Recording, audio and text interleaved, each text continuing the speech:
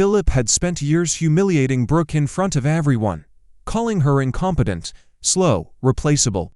To him, she was just another mechanic in oil-stained coveralls, someone convenient to blame when pressure mounted. One day, his restraint finally snapped. In the middle of the hangar, with all eyes watching, Philip unloaded every ounce of his anger on her. He shouted, insulted her skills, and fired her on the spot. He didn't let her explain. He didn't let her defend herself. He pointed to the exit and ordered her off the airfield, certain he had just crushed someone beneath him. That was the exact moment the sound of rotor blades tore through the air. A Navy helicopter descended onto the tarmac, forcing everyone to look up. When Captain William Cross stepped out, he didn't acknowledge Philip at all.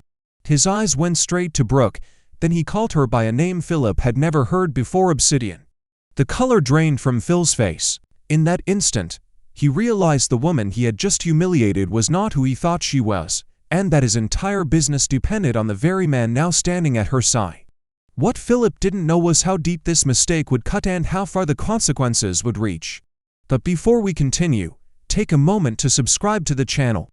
Now let's understand how this story really began. The hangar floor at Aerotech Dynamics usually carried the sharp, familiar bite of jet fuel and hydraulic fluid, a smell that clung to clothes and skin long after a shift ended. Today, that odor was still there, but it was buried beneath something heavier: humiliation, metallic and sour, hanging in the air like a low cloud. The cavernous space amplified every sound. The distant whine of auxiliary power units, the clink of tools left untouched, the shallow breaths of men and women who had learned when to keep their heads down. Philip stood at the center of it all, a conductor without a baton, using his voice instead. He wasn't simply shouting, he was staging a spectacle. His jaw was clenched so tightly a muscle jumped beneath the skin, a small, involuntary tick near his left eye betraying the strain he thought rage concealed. Veins pressed hard against the collar of his tailored shirt, the fabric stretched by a neck that had never known manual labor, was now flushed an angry red. "You are incompetent, useless, and a liability," he roared. The words ricocheted off the aluminum fuselage of the private jet behind him, bouncing back distorted and louder, as if the aircraft itself were repeating the accusation. A few mechanics flinched despite themselves. One man's hand tightened around a torque wrench, knuckles whitening before he forced his grip to relax. Brooke didn't move. She stood near a tool bench, posture neutral, deliberate. At 40, with grease smeared across one cheek and her hair pulled into a tight, utilitarian bun, she blended perfectly into the background of the hangar. Another technician in coveralls, another name on a payroll spreadsheet. That the stillness was intentional. Her boots were planted shoulder-width apart, weight evenly distributed, heels grounded against the concrete. Her breathing followed a steady cadence. For seconds in through the nose, brief hold, slow exhale. The kind of breathing drilled into muscle memory, not learned in a yoga class. While Phil's voice spiked and cracked, her eyes remained flat, focused, unblinking. Not defiant, not fearful, simply present.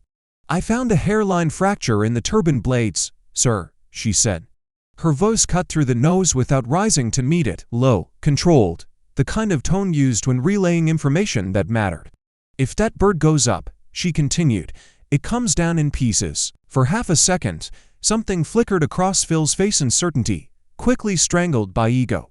"Do not talk back to me," he hurled the clipboard from his hand. It struck the concrete and exploded into jagged shards of plastic and paper. "You're slowing down production with your paranoid fantasies because you can't handle the workload. You're fired. Get your trash and get off my airfield, now." Saliva gathered at the corner of his mouth as he spoke. He didn't ask for the inspection report, didn't look at the maintenance logs or the ultrasonic skim results Brooke had flagged.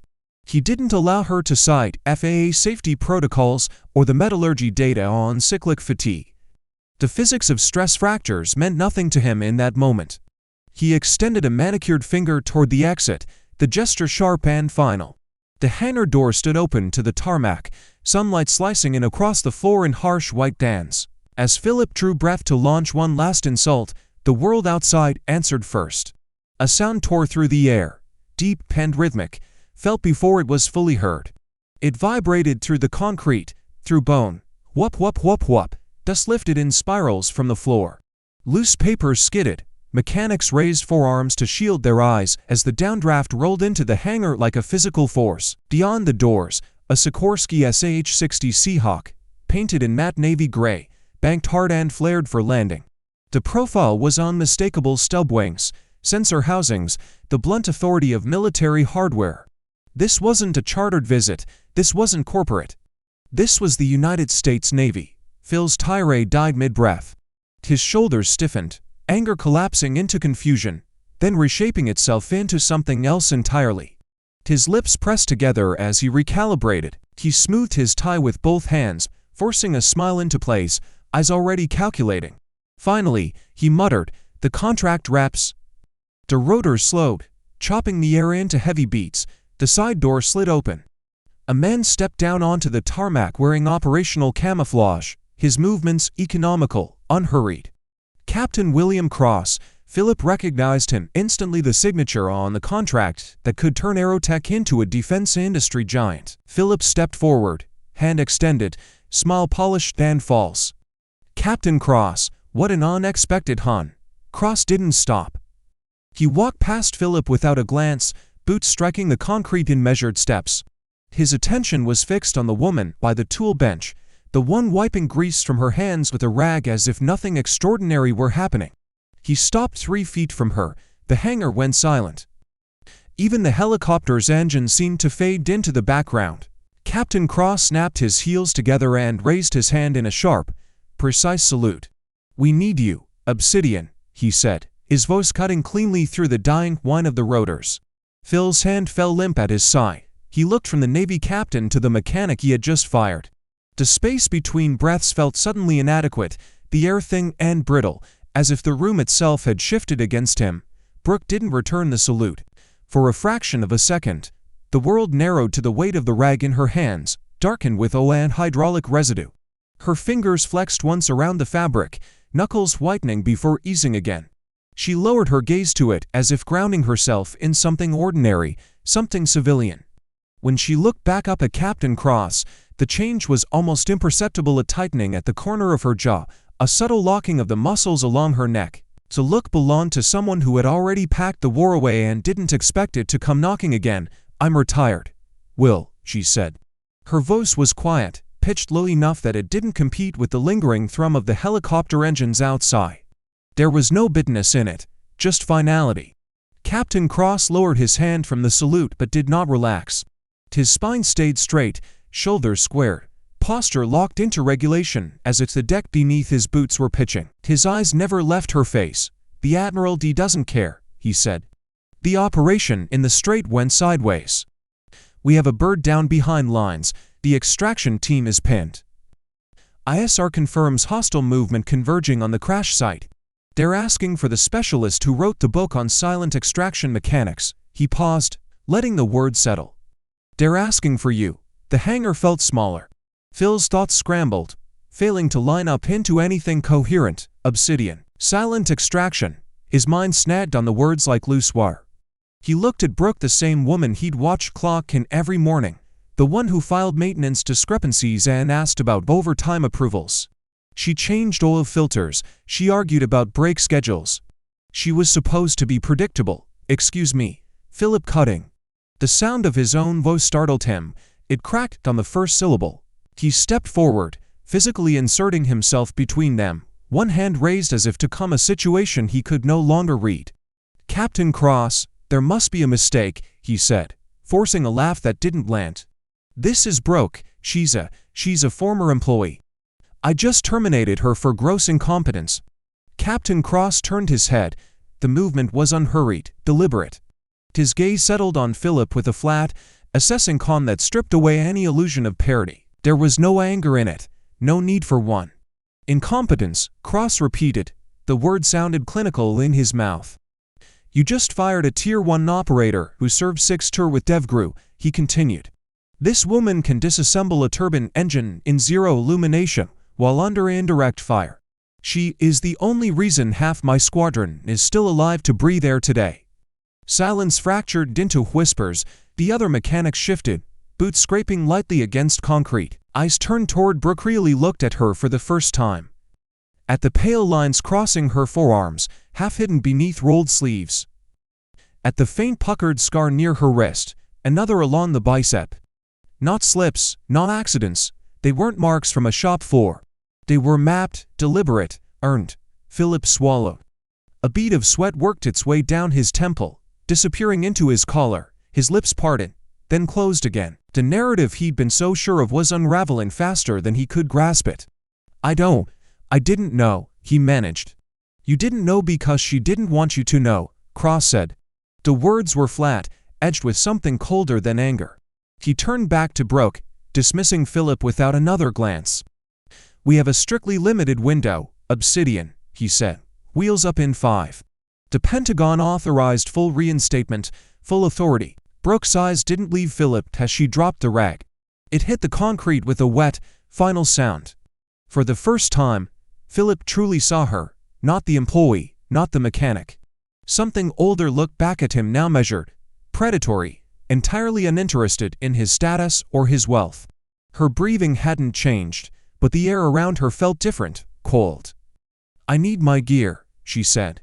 The sentence was simple, operational, non-negotiable. The atmosphere inside the hangar changed the moment the two petty officers hit the ground. They moved with practiced economy, boots striking concrete in perfect rhythm as they came off the Seahawk.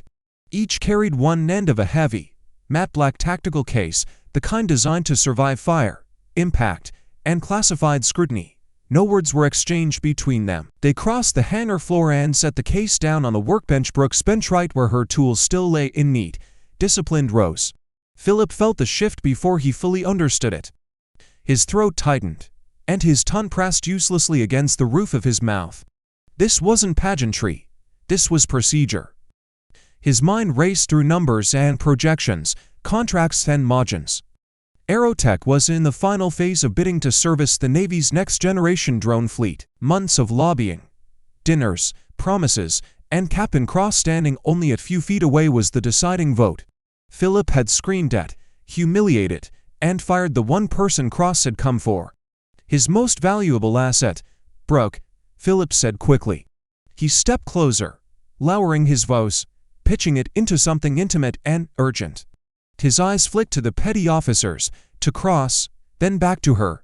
Emotions were high, he murmured. Things were said. Let's not do anything rash. We can talk severance, a generous one. Maybe a consulting role when you get back. Name your number. Brooke didn't look at him. Her fingers were already on the latches. She flipped them open with a sharp, metallic snap that echoed louder than it should have. The lid lifted. Inside was not a single civilian tool. A high-grade tactical vest lay folded with precision, its ceramic plates rated for armor-piercing rounds. A communications headset rested beside it, encrypted, military issue. Beneath them, a thick dossier stamped top secret, SCI, in stark red lettering. You don't get it, Philip, Brooke said. She shrugged out of her Aerotech coveralls in one smooth motion, revealing a fitted tactical undershirt beneath. The grease stains disappeared with the fabric, like a discarded disguise. You don't have a contract, she continued. Not anymore, Phil's breath hitched. His jaw clenched hard enough that the familiar tick near his eye flared again. You can't do that, he hissed. I have leverage. He leaned in closer, the smell of his cologne sharp and desperate. You signed an NDA covering prototype engine specifications. If you leave with any of that knowledge, I'll sue you into the ground. I'll freeze your accounts. I'll ruin your pension. The words came faster now, tumbling over each other. It was a bluff thin, brittle, but Philip had built his entire life on the belief that money could outmuscle loyalty, that contracts could choke truth into silence. Brooke paused. Her hand rested on the dossier. She glanced down at it, then back up at him. The corner of her mouth lifted not into a smile, but something colder, more precise. The prototype, she asked quietly. You mean the engine with the substandard alloy in the compressor stage? Phil's pupils constricted. The one I flagged for thermal creep under sustained load, she went on. The one I told you would melt at combat temperatures. Keep your voice down, Philip snapped, shooting a glance at the other mechanics. They weren't pretending not to listen anymore. If you want to play legal games, Philip, we can play, Brooke said. She slid into the tactical vest, cinching the straps with efficient tugs. Her shoulders squared, her posture changed not dramatically, just enough. The air around her seemed to harden. She was no longer part of the hangar's background noise, she was a system coming online. But right now, she continued, fastening the last buckle, I have a mission. When I get back, we're going to have a very long conversation about incompetence. She turned to Captain Cross. Let's go. The rotors spun up again, drowning out everything else. As the Seahawk lifted, its downdraft blasted dust and debris across the tarmac, coating Phil's tailored Italian suit in gray grit. He raised an arm too late to shield his face. The helicopter banked away, taking Brooke with it. Philip stood there, chest heaving, staring at the empty sky. Slowly, his hand slid into his pocket. He pulled out his phone, fingers trembling just enough to miss the screen once before finding the contact. He pressed it to his ear. Get me everything, he said tightly. On a woman named Brooke, or Obsidian, I want her buried before she lands. Inside the Seahawk, the world reduced itself to vibration and noise. The rotors beat the air into submission, a relentless mechanical thunder that swallowed every civilian sound Brooke had left behind.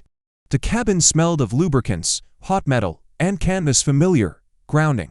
Her hands moved without hesitation as she plugged in her headset, fingers finding the connector by feel alone. Citrop, she said. The word landed flat and authoritative. The cadence had changed. Gone was the measured politeness she'd used on shop floors and HR forms. This voice belonged to someone accustomed to being obeyed. Her jaw was set, lips barely moving as she spoke, breath steady despite the acceleration pressing her into the seat. Captain Cross's reply came through the comms, clipped and professional. Satellite confirms the downed drone is intact. No secondary detonation, but it's behind lines hostile terrain. SIGINT shows irregular militia movement converging. We need the guidance chip recovered before it's compromised. The extraction team is pinned. Brooke's eyes tracked the internal readouts bolted to the bulkhead, absorbing data without comment. The recovery mechanism is jammed. Cross continued. We need a mechanic who is also a ghost. You're the only one cleared for the tech. She nodded once, no wasted motion. Her gaze drifted to the open side door, to the shrinking geometry of the airfield below. Philip was already indistinct, a small figure swallowed by concrete and distance. Even from altitude, she could imagine his posture rigid, calculating, already rehearsing his version of events. 5 years earlier, she had walked away from the teams with the same economy of movement. No ceremony, no speeches, just a signature, a final clearance brief, and silence. The workshop had been chosen deliberately. Predictable systems, torque values that meant what they said. Failures that could be traced, corrected, prevented, fix something once and it stayed fixed. It was supposed to be therapy. Her fingers curled briefly against her thigh, a faint tension passing through them before releasing. Phil's voice, his contempt, had cracked that fragile piece open. He hadn't known what he was striking, but the impact was the same. What about Aerotech? Cross asked after a beat. I can have the contract pulled by morning. Brooke didn't answer immediately. She reached up, adjusted the headset by a few millimeters, then exhaled through her nose. No, she said. Not yet. Cross turned slightly in his seat, watching her profile. Philip is hiding something bigger than mismanagement, she continued. Those stress fractures I flagged weren't fatigue-related. They weren't from cyclic load or maintenance drift, they were metallurgical. Improper alloy composition in the compressor stage. Substandard steel sourced from non-compliant vendors, heat treated to look right on paper. He's selling it to the government as military grade. Cross's eyes narrowed. The muscles at his jaw tightened, just enough to register. That's treason, he said quietly. Brooke inclined her head a fraction. It gets people killed. I need you to keep the contract dangling, Will, she said. Make him think he still has a path forward. I need access to his private server room procurement logs, supplier correspondence, internal QA reports. If the contract gets pulled now, he shreds everything and lawyers it into oblivion. The helicopter banked, the horizon tilting as coastline slid into view. Sunlight flashed across the cabin, briefly illuminating the fine lines at the corners of Brooke's eyes, markers of time, not softness. You want to go back there? Cross asked. After how he treated you? Brooke checked the action on her sidearm, thumb pressing. Release crisp, band-controlled. Satisfied, she reseated it in the holster. "I'm not going back as an employee," she said. "I'm going back as an auditor." Her expression didn't change, but something settled behind her eyes, deliberate and patient. "But he doesn't know that yet." The Seahawk leveled out, engines adjusting pitch as they pushed toward open water. The immediate mission was clear: recover the drone, secure the guidance chip, extract clean. But another operation had already begun, quieter and far more surgical. Today was about saving a machine, next week would be about dismantling a man. 3 days later, the operation concluded the way clean operations always did, without headlines, without ceremony. The drone was recovered intact, the guidance chip never left Brooks' custody. The extraction team walked out under rotor wash and disciplined fire, every body accounted for. No casualties, no medevac calls, no folded flags. Only afterward did the fatigue arrive. It settled behind Brooks' eyes as a dull pressure, her joints stiffening as adrenaline finally bled out of her system. She sat alone during the return flight, helmet resting against her knee, fingers absently tracing a scratch along its edge. Her eyelids fluttered once, twice, but never fully closed. Her body was drained, her mind was not. She didn't go home. Instead, a government sedan dropped her in front of a building so deliberately unremarkable it vanished into the block gray concrete, mirrored windows, no signage beyond a small placard bolted beside the door. Inside, the air smelled faintly of disinfectant and old paper. Fluorescent lights hung overhead. Defense Criminal Investigative Service. A security badge was issued without conversation. Names were checked against compartments Brooke no longer needed to ask about. Down a corridor, a door opened. A file slid across a metal table, black cover, red stamp. She leaned forward, elbows resting on the steel surface, eyes scanning procurement chains, metallurgical variance reports, offshore shell vendors. The pattern was already there. Philip had been sloppy, not careless, but arrogant. He assumed audits stopped at spreadsheets. He underestimated people who understood materials at a molecular level. Her jaw tightened as she turned the pages. This wasn't corner-cutting, this was systematic fraud. Across the country, Philip felt untouchable. His legal team had come up empty-handed. Obsidian returned nothing but redacted dead ends and classification walls. Whatever Brooke had been, it was buried too deep to matter. In Phil's mind, that settled it. She had been a glorified soldier, useful in a crisis, irrelevant in boardrooms. He doubled down. The mandatory staff meeting was called with an all-hands-alert tone, usually reserved for safety incidents. Mechanics gathered on the hangar floor, fatigue etched into their posture. Some still bore faint bruises from overtime shifts. Philip stood elevated on a rolling platform, jacket immaculate, voice rehearsed. "As you know," he began, spreading his hands in a gesture meant to convey patience, "we experienced a disruption earlier this week. A former employee attempted to sabotage our reputation." A few heads lifted, no one spoke. "But I'm pleased to announce," Philip continued, pacing slowly, "that Captain Cross has scheduled a final inspection of our facilities for Friday. This contract will make us millions." He stopped pacing. "And to ensure no more so-called whistleblowers attempt to undermine us, everyone will be signing updated non-disclosure agreements today. These are stricter, binding. Anyone who refuses will be terminated immediately. No severance." A murmur rippled through the room, quickly swallowed. Mechanics exchanged glances. One man's hand clenched around his cap hard enough to wrinkle the brim. A woman swallowed, eyes flicking toward the exit before dropping back to the floor. They needed these jobs. One by one, they stepped forward, pen scratched paper. Signatures were made under pressure, wrists stiff, breaths shallow. Philip watched it all with satisfaction. His records had been scrubbed. The defective components were off-site, locked away. On paper, Aerotech was pristine. He felt the old certainty return, untouchable. The intercom buzzed. "Sir?" His secretary's voice cut in. "There's a call. The Pentagon." Philip smiled. "Put them through." The speaker crackled. "Mr. Philip, this is Admiral Hayes." Philip straightened slightly. "Admiral." Regarding the inspection, Hayes continued, voice measured, "Captain Cross has recused himself due to a conflict of interest." A flicker of disappointment crossed Phil's face, gone as quickly as it came. "Oh," he said lightly. "Who will be conducting the audit, then?" "We're sending our top independent technical consultant," Hayes replied. Full clearance. They will tear down your engines and review your digital financials.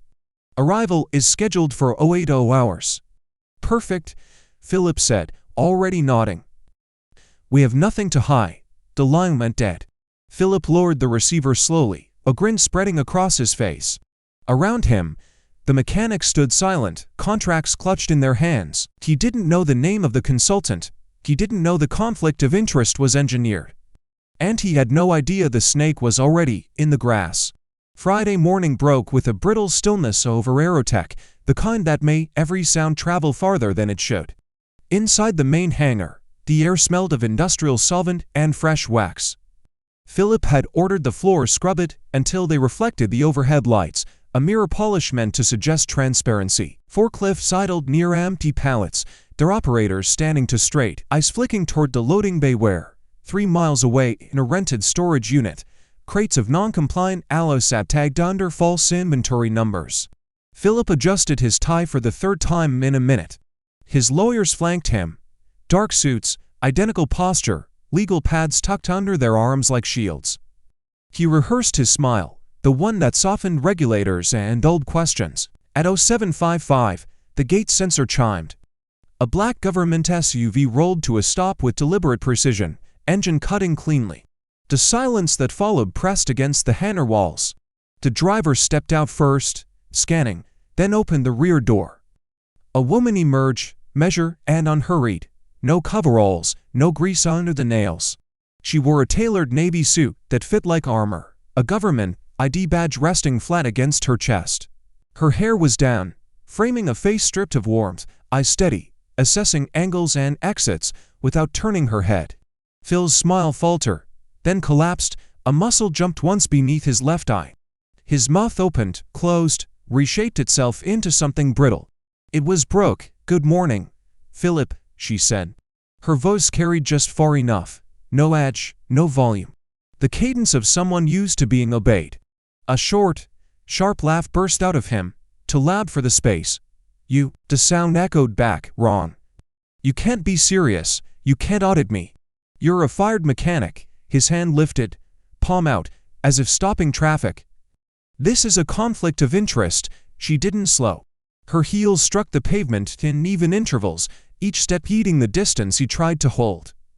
Actually, she said, passing his shoulder toward the entrance, I'm a certified federal contractor auditor with a specialization in forensic metallurgy. She let the words land, watched his jaw tighten.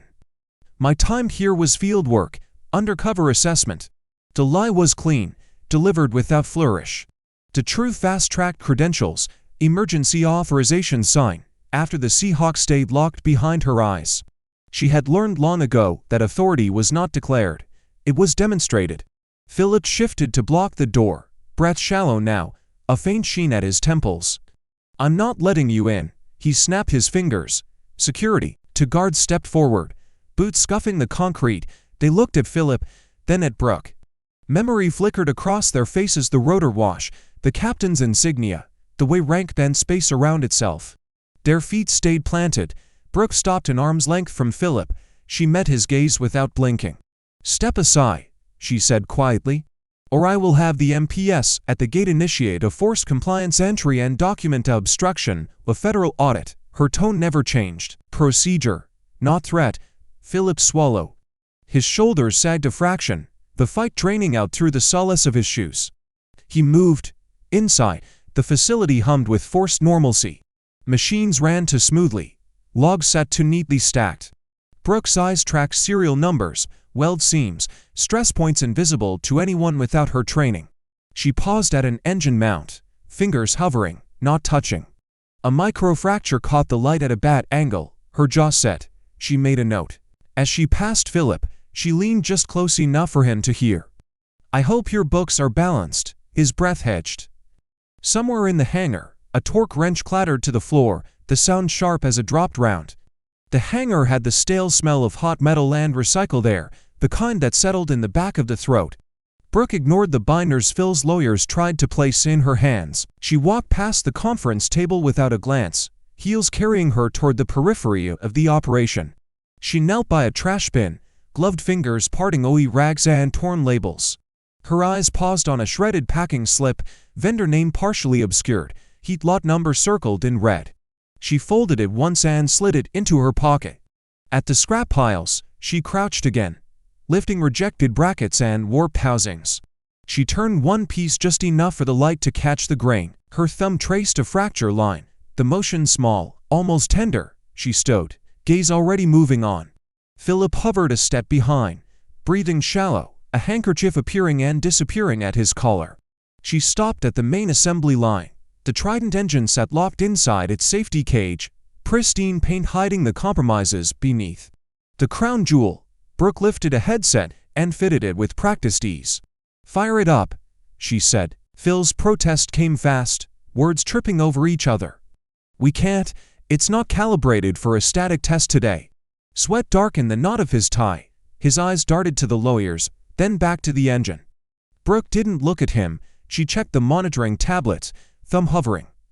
"Run it to 110% torque.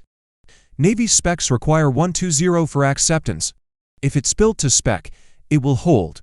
Philip turned to his chief engineer. The man's jaw tightened. A barely perceptible shake of the head followed. A warning delivered without witnesses. Philip swallowed, Adam's apple bobbing hard. "If you refuse the test," Brooke said, finally meeting his eyes, "you default on the DIT immediately." She angled the tablet so the recording indicator was unmistakable. For a beat, Philip stood frozen. Then his shoulders slumped. "Do it," he croaked.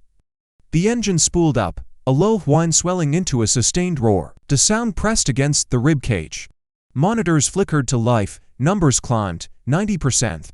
The floor began to hum, a vibration that traveled up through the solace of shoes and into bone. "Push it to 110, Brooke ordered into the mic. The roar deepened, raw and angry. 100%, 105, Phil's breath stopped altogether. His fingers clenched white around the handkerchief.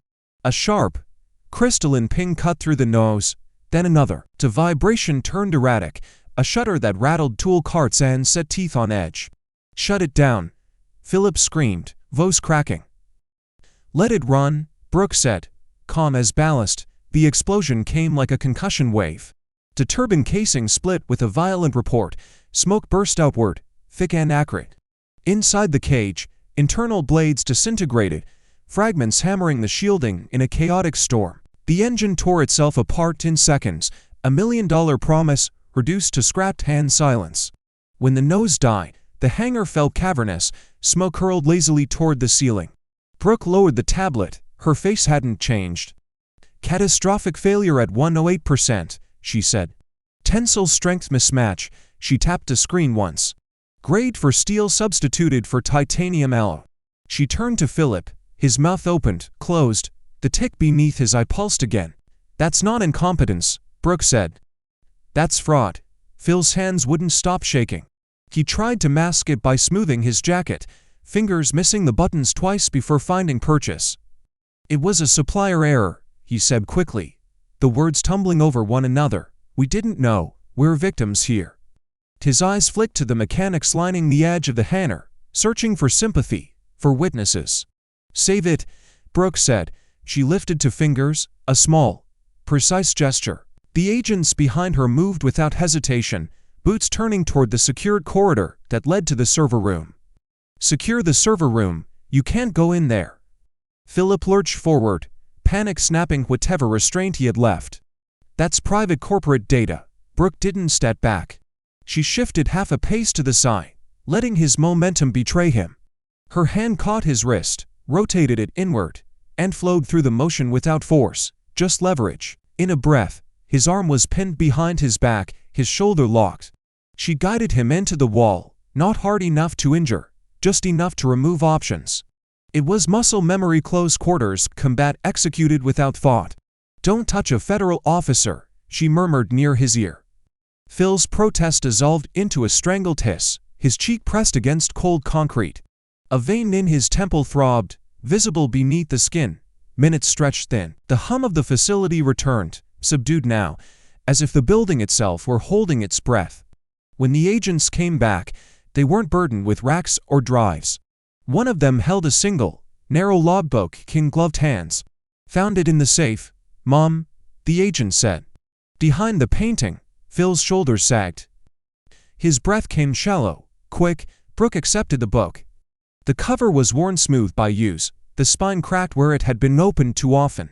She flipped it open with her thumb. Dates marched down the page in tight columns. Supplier codes, wire transfer amounts, percentages circled in red. Her eyes moved steadily, absorbing the pattern. Kickbacks, she said quietly, non-compliant vendors. Margin adjustments, she turned a page. You didn't just know, you tracked it. She closed the book and looked at him. You knowingly endangered military personnel to pad your margins. Philip slid down the wall until he was half-seated, half-collapsed. The fight drained out of him. This wasn't a contract dispute anymore. It was federal prison, years measured in sentencing guidelines and orange fabric. Then his gaze sharpened. Something calculating replaced the fear. He drew a breath, slower now, and straightened as much as the position allowed. You can't arrest me, he said, the sneer returning in pieces. Because if you do, the buyout deal I signed this morning with Global Defense Corp becomes void. He swallowed once, then pushed on. They own the pension fund for every mechanic here. You take me down, you bankrupt everyone in this room. He turned his head as far as he could, eyes locking onto the workers watching from the line. She's going to cost you your retirement, he said. Tell her to stop. The hangar went quiet again. One mechanic clenched his fists. Another stared at the floor, jaw tight. Brooke watched it all without moving, the logbook steady in her hands, her expression unreadable. The mechanic stood frozen, a row of bodies held upright by fear alone. Calloused hands curled into fists, knuckles whitening. Someone swallowed hard. The sound carried in the quiet hangar. Years of overtime, of skipped vacations and deferred dreams, balanced on a single sentence. Philip saw it and smiled. It was thin and sharp, the smile of a man who knew exactly where to press. I'm a businessman, he said, lifting his chin. This is leverage. His eyes slid back to Brooke. Walk away. Let me fix the engine. I'll absorb the fine. Quietly, he paused, letting the implication settle. But if you file criminal charges, every pension in this building evaporates. Brooke didn't answer immediately. She looked at the people she had eaten lunch beside, the ones who had shared coffee and silence with her on graveyard shifts. She saw the micro-movements, jaws tightening, shoulders pulling inward, breath held just a second too long. The cost of justice had faces now. You're a monster, Philip, she said, her voice level. He shrugged as much as his pinned posture allowed. I'm efficient. The air felt compressed, like a pressure vessel near failure. Brooke reached up and tapped her earpiece once. The motion was small, deliberate. Captain Cross, she said. Did you get that? Phil's brow furrowed. Who are you talking to? The hangar doors opened with a hydraulic sigh. Footsteps echoed, measured and heavy. Captain Cross entered wearing dress blues, metals catching the light. He carried a slim file under his arm. His presence shifted the room again, like a current changing direction. We heard everything, Cross said. His gaze settled on Philip without warmth. And you should check your corporate news. What? Philip snapped, the word breaking. Global Defense Corp didn't buy your debt, Cross said, extending the file to Brooke. She took it, opened it, and read, her eyes moving steadily. Global Defense Corp has withdrawn from the acquisition, she said aloud. Effective 1 hour ago, Aerotech has been reclassified as a high-risk liability. Phil's composure fractured. Who advised them? He shouted, the sound cracking. I did, Brooke said. She closed the file. I sit on their ethics advisory board. I accepted the position after I left the service. Her eyes never left his. I wasn't just fixing your planes, Philip. I was vetting you. The realization hit him visibly. His mouth opened, then closed. A tremor ran through his hands. The ground he thought he owned had vanished beneath his feet. A voice rose from the line of workers, but the pensions. It wavered. Hope and fear tangled together. Are safe, Brooke said. She turned to them fully now. Global Defense isn't buying Aerotech. She paused, letting the next words land with precision. The Navy is seizing the assets under the War Powers Act due to criminal fraud. The facility remains operational. Your jobs remain intact. Relief rippled through the group's shoulders sagged. Breaths released, a few eyes closed for a fraction too long. Brooke looked back at Philip. Management, she said quietly, is being liquidated. Philip stared at her, the smile finally gone, replaced by something hollow. The red and blue strobes washed over the aluminum ribs of the hangar in slow pulses, turning polished metal into something cold and unreal. FBI agents moved with procedural calm, voices low, badges visible, hands practiced. Philip was guided forward with his wrists cuffed behind his back, the steel bit into his skin. He twisted once, a reflexive jerk, and an agent corrected his posture with a firm hand between the shoulder blades. "This is a mistake," Philip barked, the words tumbling over each other. A vein jumped at his temple. "My attorneys will. This is retaliation. This is." No one answered. The agents didn't even look at him. He was already a closed file. Brooke stood a few meters away, beside the skeletal remains of the Trident engine. The casing was split, the internal blades frozen at odd angles, like a shattered compass. She rested one hand on the safety rail, feeling the residual heat through the metal. Her breathing slowed, deep and even, the way it always did after a mission ended. She watched Philip disappear past the hangar doors without satisfaction, without regret, just finality. When the doors closed, the space felt larger, lighter. Conversations resumed in murmurs. Someone laughed once, sharply, then stopped, surprised by the sound. The mechanics approached her in a loose group, unsure of the distance they were allowed to cross. Stained boots scuffed the floor. The foreman stepped ahead of the others. He removed his cap, fingers worrying the brim. His eyes flicked to the wrecked engine, then back to her. "We didn't know," he said, his voice caught, just slightly. "About any of it, Brooke. Or, Mom." The word felt raw in his mouth. "Thank you." She turned toward them, the hard lines in her face eased. A corner of her mouth lifted, not a grin, just release.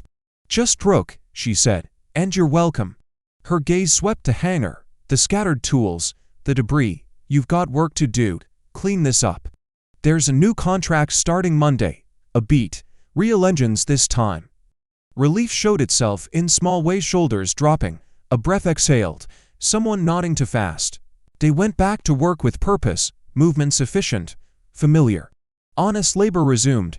Captain Cross approached from her left. He had removed his cover, the weight of command still set naturally on him. "You know," he said quietly, "the Navy could install you as interim director. This place needs leadership." Brooke followed his gaze across the hangar. She saw what he saw. Capability, potential, a machine that could be rebuilt correctly. Her jaw tightened for a moment, then relaxed. She looked past the open doors, to the widening band of sky. "Maybe," she said. "But I think I'm finished with boardrooms for a while." She checked her watch out of habit, even though there was nowhere she had to be. "I've got leave coming." Cross studied her, then nodded once. "Where to?" "Somewhere quiet," she replied. "Somewhere my name doesn't matter." She walked out onto the tarmac. The sun was sinking, low and heavy, painting the clouds in gold and violet, the colors of a bruise fading under skin. She slipped on her sunglasses. Her pickup waited where she'd left it, paint dulled by years of use. She opened the door, slid in, and turned the key. The engine caught immediately, smooth and steady. She listened for half a second longer than necessary, satisfied. As she drove away, the camera lingered on the gate. Workers were already bolting the letters from the Aerotech sign, lowering them one by one. The space they left behind was clean. Justice hadn't arrived by chance. It had been measured, tested, and built to spec. If you want more stories like this, quiet professionals, hard truths, and justice engineered the right way, subscribe to the channel.